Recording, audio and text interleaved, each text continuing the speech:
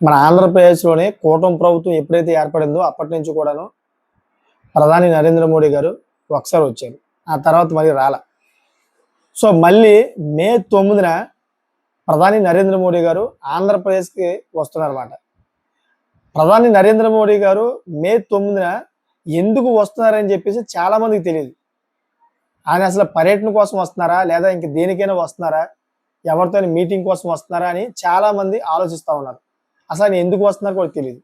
So, దాని గురించి ఇప్పుడు మాట్లాడుకుందాం. ఎందుకు వస్తున్నారో ప్రతిదీ కూడా పాయింట్ టు పాయింట్ మీకు చెప్తాను. ప్రధానమైన అంశం ఉంది కాబట్టి ఆయన వస్తున్నారు. సో, అది ఆంధ్రప్రదేశ్‌లో కాదు.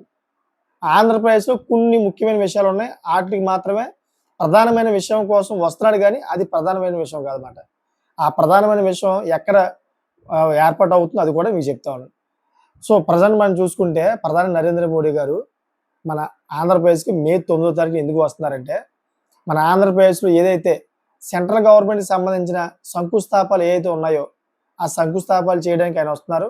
అంతేకాకుండా మన ఆంధ్రప్రదేశ్‌లో ఏవైతే జాతీయ రహదారులు ఉన్నాయో, ఆ జాతీయ రహదారులు ప్రారంభోత్సవానికి వస్తున్నారాయన. అంతేకాకుండా జాతీయ రహదారులు ఏదైతే శాంక్షన్స్ అయినాయో, వాటిలో శంకుస్థాపన కూడా చేయడానికి వస్తున్నారాయన. సో, ఇది మామూలు విషయమే. ఇది పెద్ద విషయమేం కాదు. సో, దీనికంటే ఒక పెద్ద సభ జరుగుతుందన్నమాట. అదే హైదరాబాద్‌లోని జింకానా సభ అని చెప్పేసి ఒక ఏర్పాటు చేశారు. దాంట్లోని ఆయన ఆ సభలో పాల్గొనడానికైతే ముఖ్యంగా దానికోసమైతే ప్రత్యేకంగా వస్తున్నారన్నమాట.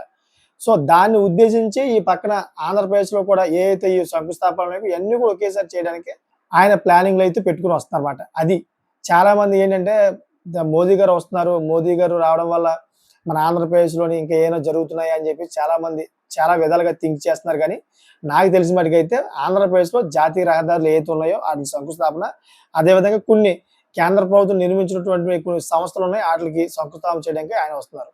కానీ ముఖ్యంగా హైదరాబాద్‌లోని జింకానా సెంటర్‌లోని సభ జరుగుతుంది. ఆ సభ కోసమైతే ఆయన వస్తున్నారు. సో, ఇది నరేంద్ర మోడీ గారు ఎందుకు వస్తున్నారని చెప్పాను కదా!